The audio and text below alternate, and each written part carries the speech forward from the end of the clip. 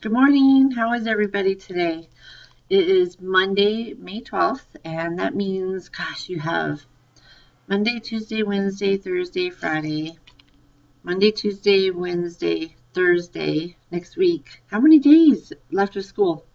9. That's crazy, huh? But I know that you're all behaving and learning and doing really, really well this last few weeks. That's real important to Miss Carver too. And so you guys be good and make sure you get every little bit of learning you can so you're ready for second grade. Anyways, I'm so sorry I haven't read books to you lately. I just haven't had any. And so Jacob finally got in his car and he went down to the library and got a whole bag of books. So over the next couple days, I'm going to sit here and I'm going to read books to you. And so you have a book to listen to every day. Okay, I promise. So we'll have to see what kind of books Jacob got. I bet they're all boy books, huh? Anyways, I'm sure they're good. This first one I picked by the cover. Do you ever pick a book by the cover? You ever heard that? Like, don't pick a book by its cover. It means you're not supposed to pick a book just because what the cover looks like, or if you think the cover looks boring, you don't pick it. Does anybody ever do that? I do all the time, especially when I go to the library because they have all those books on top of the shelf up there. And Mrs. Nichols, I think, and Miss Liz, they put all those books up there. And sometimes I'll look and I'll go, oh, that looks like a good book.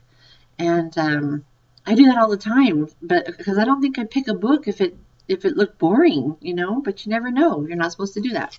So the book I picked out first to read is called Too Many Toys. You can see it there. And it's a David Shannon book. So, the No David book? No David. It's a Caldecott. This is the same author. And so I thought it would be fun to read. You guys might have read this one already, but it just looked really fun, all the pictures. So let's get started, okay?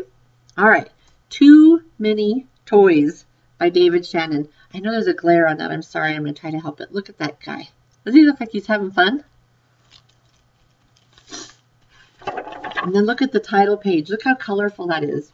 Too many toys. Raise your hand if you think you have too many toys. Oh, you don't. Raise your hand if your parents think you have too many toys. Yeah, okay. Hands down. Here we go. Spencer had too many toys. They covered the floor of his bedroom and piled up in his closet. They were stashed under his bed. They spilled down the stairs and into the living room. Uh-oh. See if you can see that. He had big toys in the backyard. There's a big glare on that. I can see it. I'm sorry. And he had little toys in the bathtub. There we go. That's better. Sometimes Spencer played with nice, quiet wooden pull toys. Other times he played with noisy, cranky, electronic toys. He had puzzles, board games, and talking books that fueled his mind. And loud, jumpy, frenzied video games that didn't. Spencer liked to make his toys into a parade that stretched from one corner of the house to the other and back. There was an entire zoo of stuffed animals and a gigantic army of little action figures. Look at all those toys, you guys. Look at that. Pretty cool. He had a fleet of planes, trains, and toy boats, and a convoy of miniature trucks and cars. He also had lots and lots of musical instruments, art supplies, and alien spacemen weapons. Everyone gave toys to Spencer.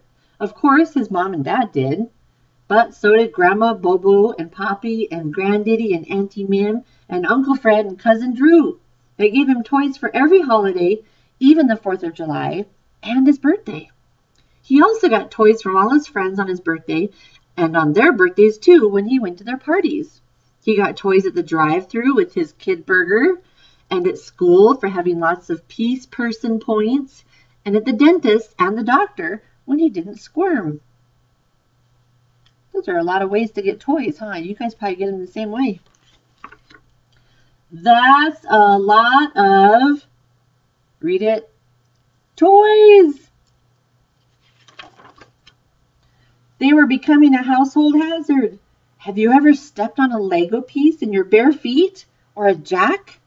Well, it really hurts, especially if you weigh as much as Spencer's dad.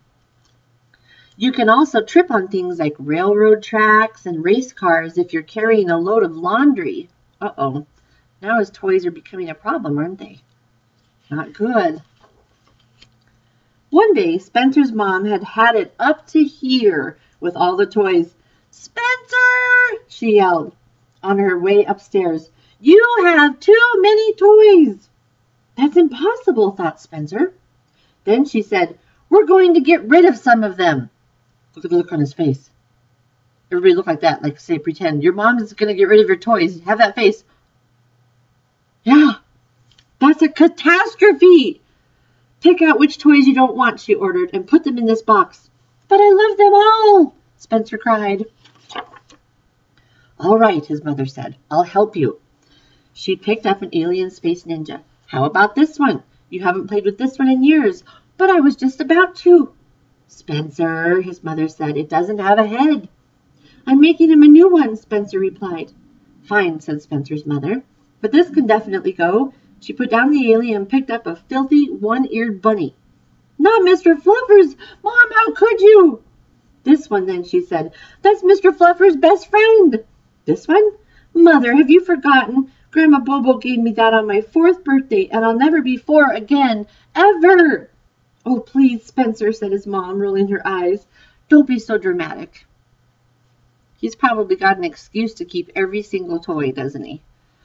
Uh-oh. Okay, she said. You can keep that one, but I'm giving away this pig and the Johnny Choo Choo. Tell you what, countered Spencer. I'll let you have the pig, but I get Johnny Choo Choo. What are you, a lawyer now? Asked Spencer's mother. You can keep Johnny Choo Choo, but the cow goes in the box too. Deal?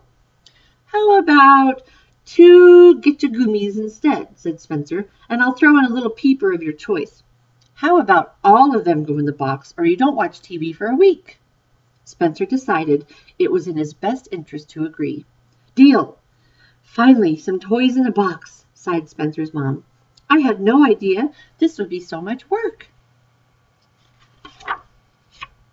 She plopped down on the floor next to an egg-shaped pirate that bellowed, Arr, avast, thee scurvy dog!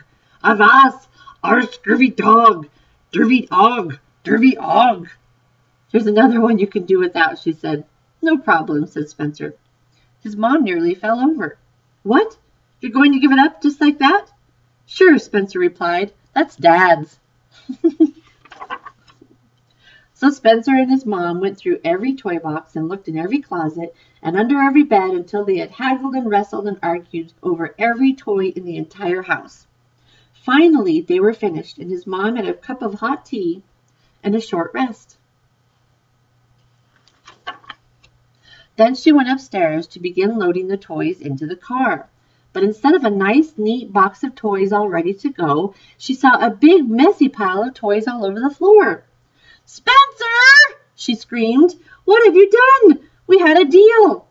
You were right, Mom, Spencer called from his bedroom. I do have too many toys, but we can't give away this box. It is the very best toy ever. That's awesome. Boxes make awesome toys, don't they? Especially when they're big and you can crawl inside them and make doors and windows out of them. That's so cool. Awesome book today. All right, guys, too many toys. That was a good book. So we'll see you tomorrow, and you have a good day. Have a great Monday, and we'll talk to you soon. Love you. Bye.